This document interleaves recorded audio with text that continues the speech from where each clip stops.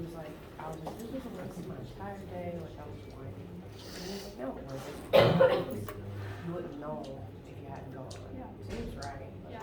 It's not a good sign when I lose my train of thought instantly. How are you guys doing? Good, are you? Very sleepy. It turns out getting a puppy spayed is about as stressful as getting the puppy in the first place.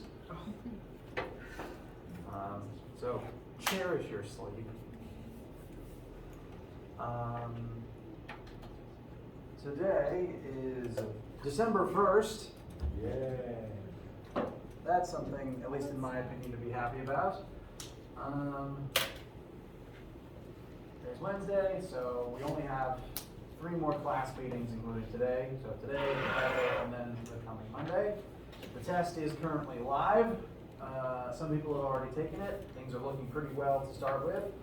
So I have very full confidence in everyone who will continue to take the test during the week.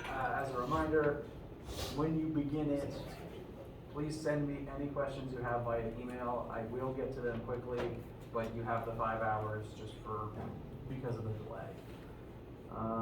And you must send me your work afterwards, because that's the thing I'm actually going to be grading for credit. But things are looking good. And so today, my main thing that I want to do with you guys is just test and exam prep. If there's any lingering questions you guys have, if there's anything that I think you guys should go ahead and know, I want to talk about it.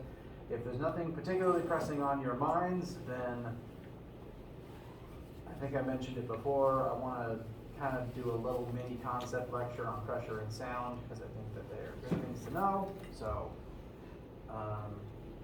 at this point, I'm going to open the floor. Again, any questions about the homework you just ended, the test you're about to take, the exam that's coming up, any concepts at all, I want to hear about them. So, how do you guys feel? What questions do you have?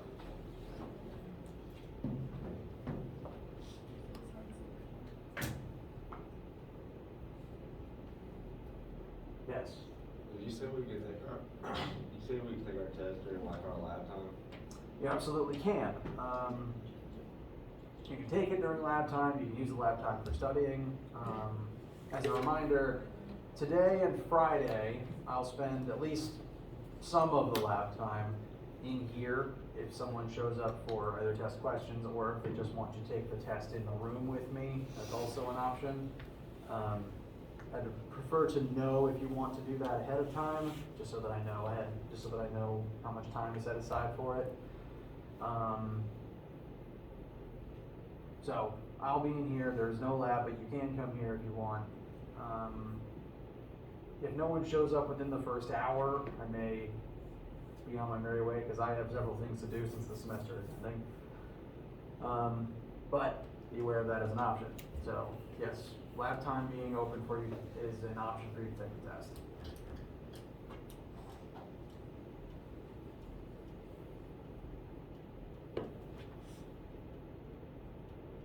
Okay. There's nothing pressing on your minds right now. That is okay. You're allowed to not know what you don't know yet. So please let me know as you're studying. As this week goes on, I'm going to make sure that there's already test 2 study material and an answer key for that. So if you're working on that and you have questions about why a certain question worked a certain way, do please let me know. I'm also going to be creating exam prep questions in the same way. The exam will be kind of the old-fashioned version, here in person on the paper with me in the front of the room. And I'm going to make practice questions for that too. You can practice those if you want. There will be an answer key. As a reminder, the exam will be about 15, 16 questions, 225 points graded out of 200 points. And it'll be designed to take you an hour and a half. You'll have 3 hours also, though.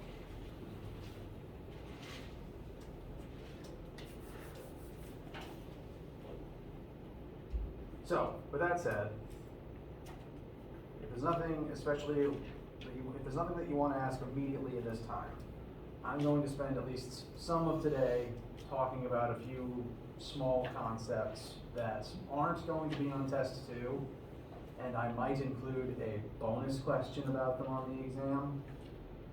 I don't really make one question the bonus question, but if I add it on there, it'll be like the 16th question. It'll be a quick, short answer, and that's why there's 225 points as opposed to just a 220 out of 200. And again, putting anything will pretty much guarantee you bonus points. Don't leave anything blank. If while I am talking, you come up with a question about something that is on test 2 or on the exam, I want you to cut me off. Because talking about those is my priority right now. Additionally, I think I mentioned that 30-minute Scantron Quizlet thing we're going to do before the end of semester. I'm probably going to actually have that on Friday so that we can spend all of Monday just closing out the semester on exam stuff and having dessert. So that will be up and coming on Friday. I'm kind of rambling at this point.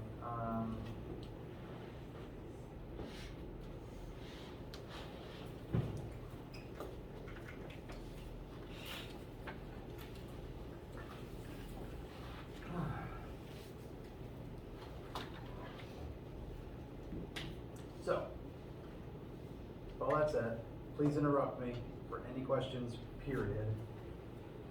I want to spend at least some of today talking about pressure and sound. Because they're literally everywhere, and despite the fact you experience them on a regular basis, surprisingly little is talked about in common vernacular about the way that pressure works and then how it goes on to affect how sound works. Bless you. Pressure is literally all around you. You've been under pressure, both literally and metaphorically, your entire lives. Literally, though, in the case of the air pressure that is actively around you at all times, as long as you are in Earth's atmosphere, there is air pressure acting upon you. Our bodies are very specifically designed to never notice it. You have been specifically engineered to exist on Earth's surface where there is air pressure. If you were able to notice it all the time, you'd be driven mad. So very specifically, your body is able to ignore it. You don't really have nerve endings designed to detect at the specific levels that are present on Earth. You only really notice the air pressure when there's either too much of it or not enough of it. Now, to make some generalizations about pressure, pressure is equal to, there is a formula for it, force divided by surface area. We usually measure pressure in units of pascals, and 1 pascal is equal to 1 Newton of pressure applied over 1 meter squared of surface area. So any pressure, regardless of whether it's air pressure or not, is some amount of force acting on an object, but that force is spread out over some amount of surface area. We haven't talked much about this, but almost all contact forces, which is to say one object touches another object and exerts force that way. Pretty much all contact forces, they literally do so through contact. 2 things have to be touching one another. And whenever 2 things touch, there's a certain surface area of contact between the 2. If I touch something with my full hand, then the contact surface area is the surface area of my palm. All forces do this, whether it's your palm, your fingertip, or your entire body. So anytime you've exerted a force, it's actually been over a surface area. So in addition to exerting force, you've also been exerting pressure. So most forces are accompanied by pressures, frankly. Every force you've ever consciously exerted with your arms and legs has been through the form of a pressure. And what this formula can tell us is, you with your muscles can exert the same amount of force, but the pressure you exert will depend on the surface area of the application. Think of a needle. Bless you. A needle versus my...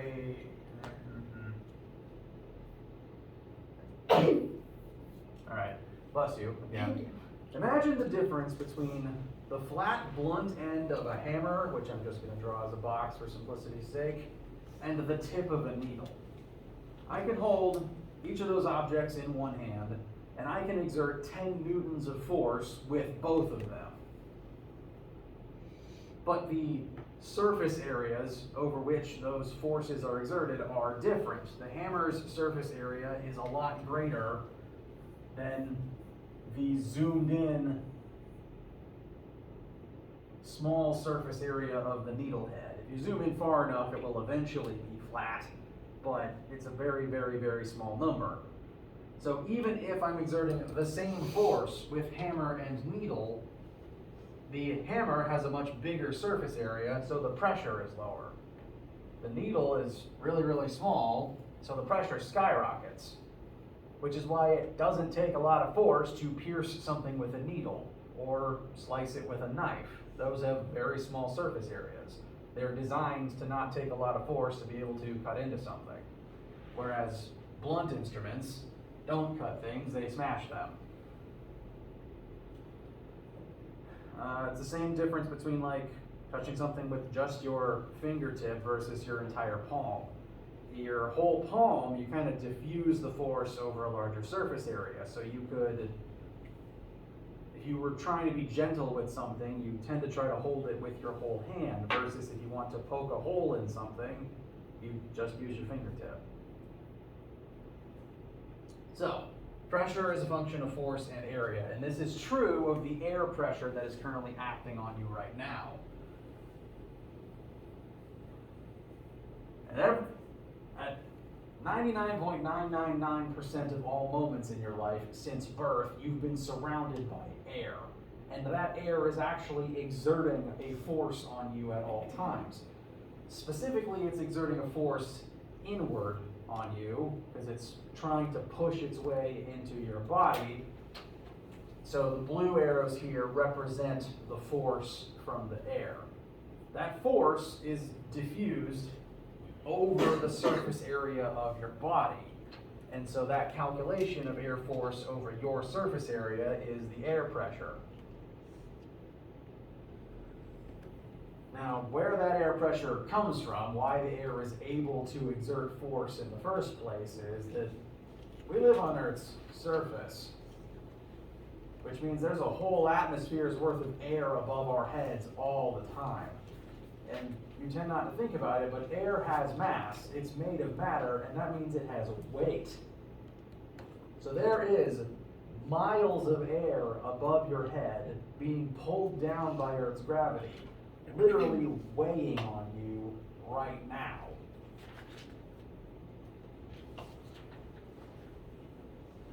Earth's gravity is one of the reasons that we even have an atmosphere. If the gravity was shut off for even a moment, the air would be able to drift away into space.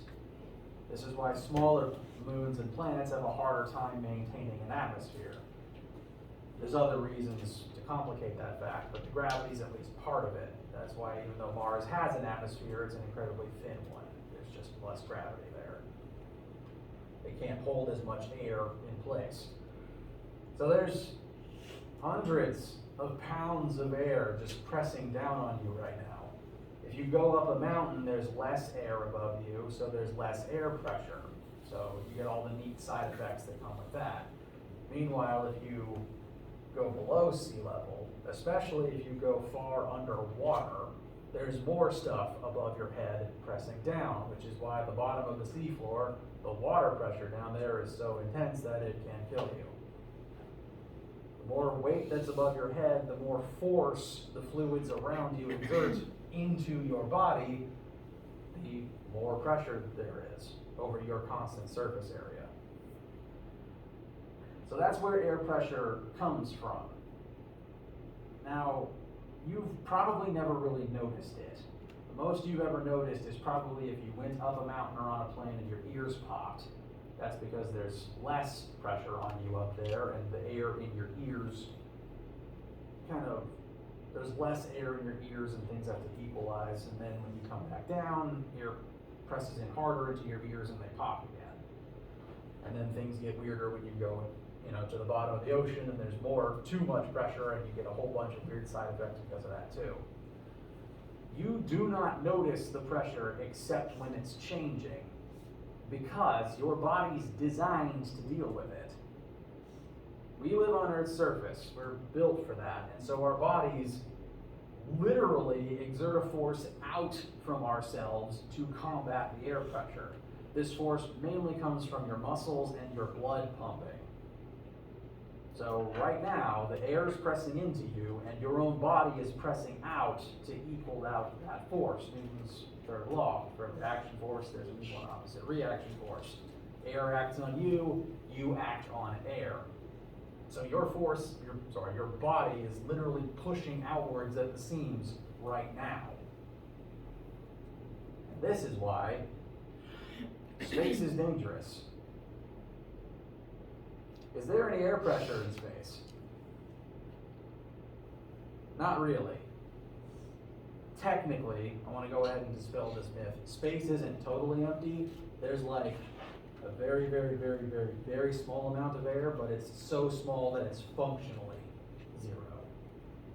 So functionally, the air pressure in space is zero. So in space, all of this inward force does nothing, is gone, doesn't exist.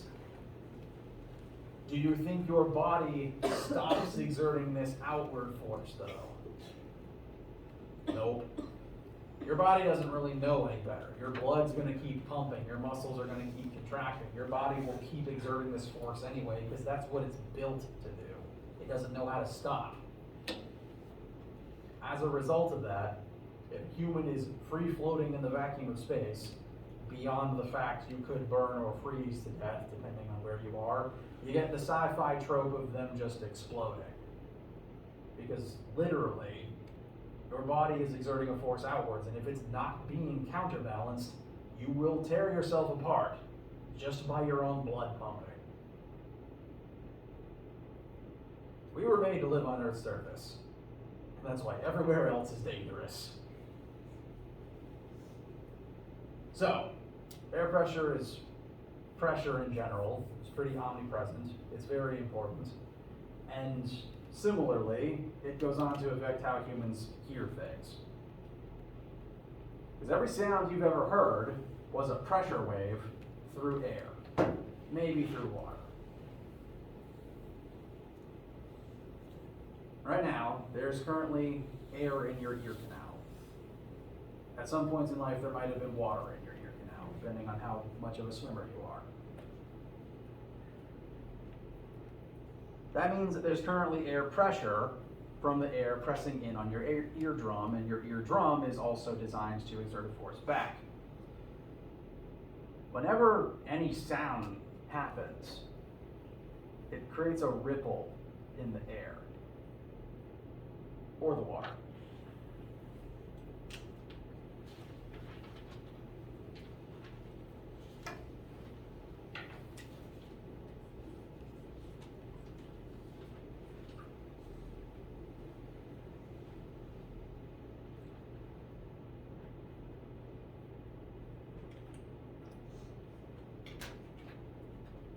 Imagine for just a second, dropping a stone into a puddle. What happens to the surface of the water? It ripples. That's not a trick question. It's going to make ripples. Water does that because it's a fluid. Liquids are fluids. And technically, gases are also fluids. All the chemists can agree with that statement, right? Bless you. Gases are fluids, so gases can have ripples in them too.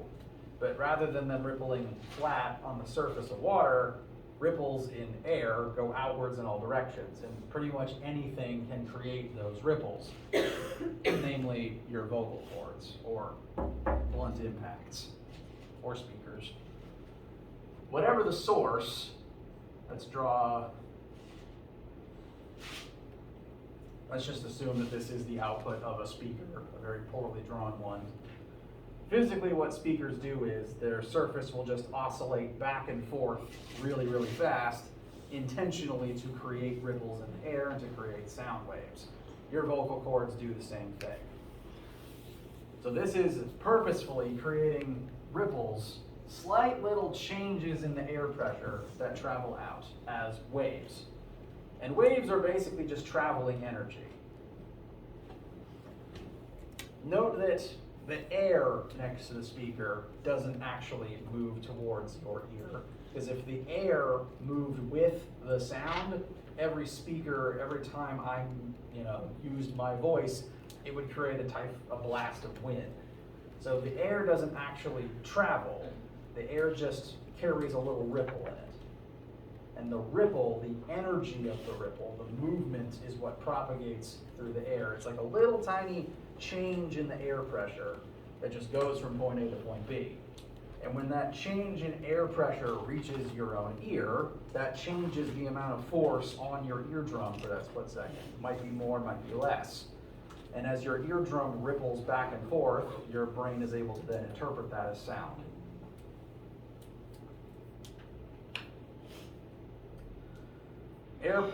The natural air pressure around you can affect sound, mainly in the speed of the sound, because if the air pressure is just thicker on some day, just due to atmospheric effects, the sound might travel faster, whereas low air pressure means the sounds tend to get duller and the sounds travel slower as a result. So your hearing is literally affected by the weather. It's also affected by whether or not you're on top of a mountain. If the air gets too thin, you won't be able to hear anything. Again, you can't hear in space.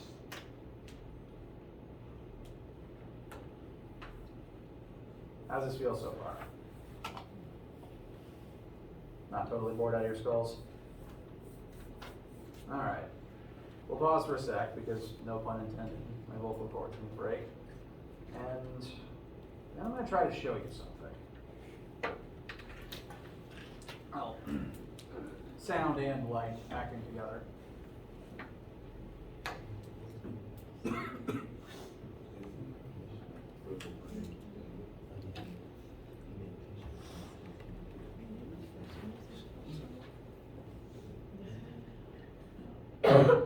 Bless you.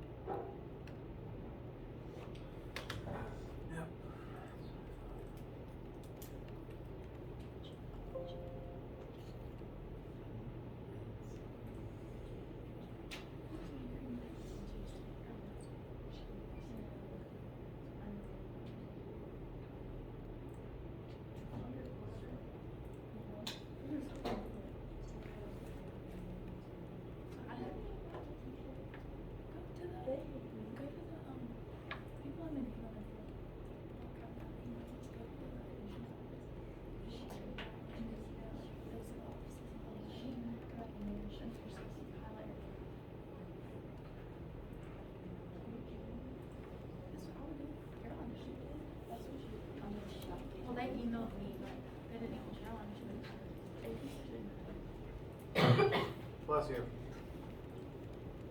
I mean, I'm doing my.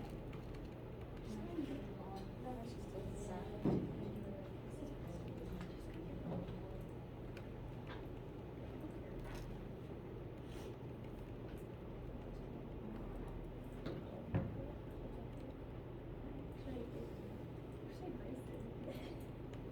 Oh, yeah.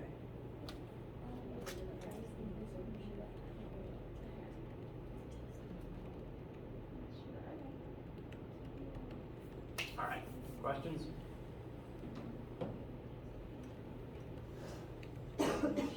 All right, so sound is a wave, and we tend to visualize waves looking something like this.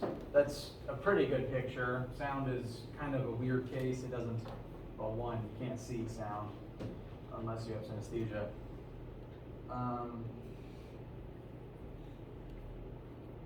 And sound waves, even our best models of them, don't look exactly like this, but this model will do for right now.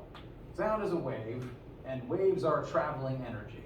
I mentioned that the air next to my throat doesn't travel all the way to your eardrum, but the energy kind of ripples through the air as just traveling energy.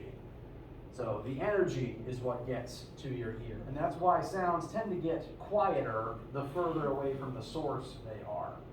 Right next to my vocal cords, the energy I'm putting out is diffused over a very small area, or a small volume. But the further out that wave goes, it goes from a sphere about this big to a sphere that's very, very big. But it's the same amount of energy that I put into the air. So that constant energy over a bigger volume just means that the sound is a lot weaker. There's less energy hitting your eardrum, you register a smaller volume.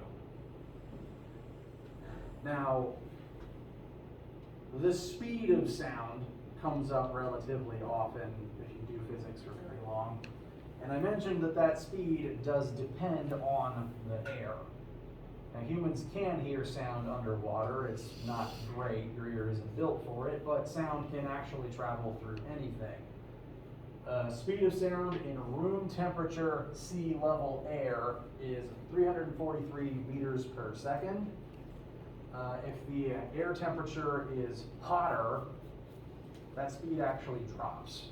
If the airspeed is colder, if the air temperature is colder, that number increases. Subsequently, if there's just more ambient pressure, that speed rises. And if there's less ambient pressure, that speed will drop. So the speed of sound is not usually a constant thing. It does depend on where you are, what's happening around you. And note that when the air pressure is greater, this number will rise. That's because sound speed depends on the density of what sound is traveling through. Sound travels much faster in water than it does through air. And this tends to be why there's more creatures in the ocean that echolocate than creatures that live on the land or in the sky that echolocate. I think on land we only really have bats. Or in the sky we only really have bats. But pretty much all aquatic mammals can echolocate to some degree. The sound's just faster in the water. They get the information quicker. It's more advantageous down there. It travels even faster through solids, although humans aren't really equipped to hear through solids. But you can still physically detect a wave through the ground. Remember that scene from Jurassic Park where the stomping makes the water in the cup ripple? The same thing happens in the air, which is where you get the old trick of if you put your ear to the ground, sometimes you can hear a stampede coming before you actually see it, or a train coming before you actually see it. Because stampedes and trains, they're just putting a bunch of ripples into the ground that travel a lot faster through the solid ground or through water than they do through the air. So if you've seen that trick in a movie, that's why it works, that's where it comes from. So the speed at which a wave moves, a sound wave moves, doesn't depend on what kind of sound it is. Whether it's high frequency or really low frequency, it doesn't actually depend on, that doesn't affect its speed at all. the medium affects wave speed. So as long as the medium is constant, you keep temperature the same, you keep density and pressure the same, speed stays the same. So for any given wave, if you adjust its frequency, which is in terms of sound, what it actually sounds like, low frequencies, like really low actual numbers of hertz, get to sound kind of like this, and really high frequencies sound more like this, kind of like they're on helium. Actually, the reason helium pitches up your voice is because when you inhale the helium, it literally escapes up through your, out through your throat and mouth, and it literally raises your vocal cords, literally pitching up your voice. And that's why you go back to normal once there's no helium left in your lungs. Subsequently, there is a gas denser than air, I think it's barium, that you can breathe that makes your voice lower. Since it's heavier than air, it pitches your vocal cords downwards. So low frequencies are low pitches, high frequencies are high pitches. Speed doesn't affect the frequency directly. Instead, changing the frequency changes the wavelength. And this is kind of a rough differentiation here. This is a big wavelength, but a low frequency. It's a very low number of waves every second. This is high frequency, low wavelength. Each individual wave is really tiny, and they hit you more frequently as a result. The effect that this has on your body as you are, hearing and perceiving sound is high frequency sounds sound like they hurt because more individual waves are hitting your ear every second, and therefore more energy is going into your ear every single second. On the other hand, low frequencies, which look more like this, have very, very big wavelengths. We call these bass tones. So whenever you crank up the bass on a speaker or on your car, you're making the waves lower and physically bigger. This is set to increase the frequency slowly over time.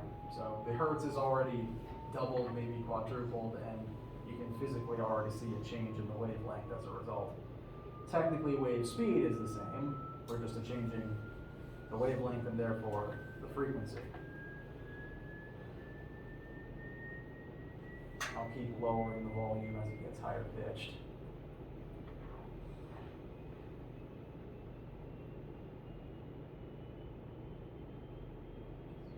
High frequency waves can hurt your eardrum directly, or at least it feels like it hurts. Again, it's a lot of energy hitting your ear. But I'm going to actually backtrack to the low frequencies real quick. Low frequencies, like really low ones, so low you can't even hear them, since they have really big wavelengths, they can hurt you and you don't even know it. These low frequencies, almost too low to hear, are called infrasound. And long-term exposure to these can make you sick. High bass can rattle your entire body because the wavelengths hitting you are so big. If you've ever thought that someone cranking the bass up was uncomfortable because it made your teeth rattle, that's literally true. Bass too high or tones too low can shake your whole body, and occasionally it can make your lungs do uncomfortable things inside of you. Really low tones are called infrasound, and the lowest sound that humans tend to be able to hear is about 20 hertz. I'm cranking the volume up.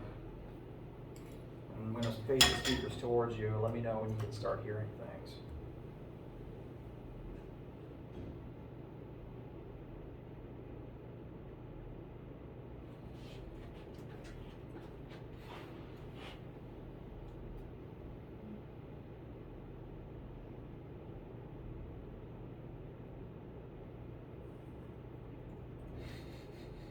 Part of this is just that there's one speaker. We don't have separate ceiling speakers, and I really hate that, frankly.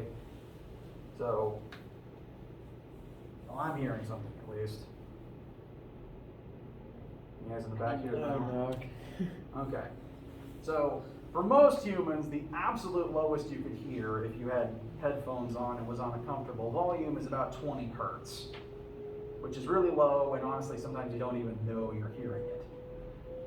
That is not the frequency that most sounds you encounter in your life are. Most sounds you actually deal with on a regular basis, like human voices, are somewhere between 1,000 and 10,000 hertz. Although most real sounds are a combination of frequencies. This video only goes through pure pitches of very specific frequency, and this doesn't sound like a voice. That's because as you're speaking, you're constantly pitching up and down, and there's multiple frequencies being made at once. So real sounds are combinations of things, whereas this is just pure tones. The highest frequency that any human has ever been able to hear is about 20,000 hertz. Any higher than that, we call it ultrasound, the same technology that we use to see babies. Basically, it's echolocation. And higher than that, it doesn't hurt your body. You can't hear it, you can't detect it, it has no effect on you, not like the two low tones do.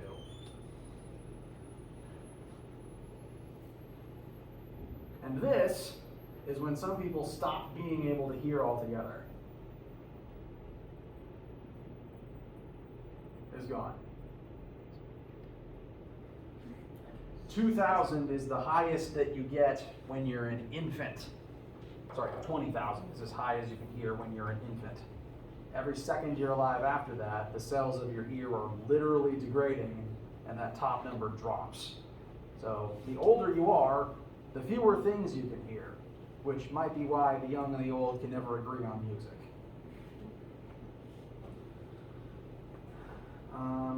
And just for one last piece of context, the limit of hearing for a dog is 40 hertz to 40,000 hertz.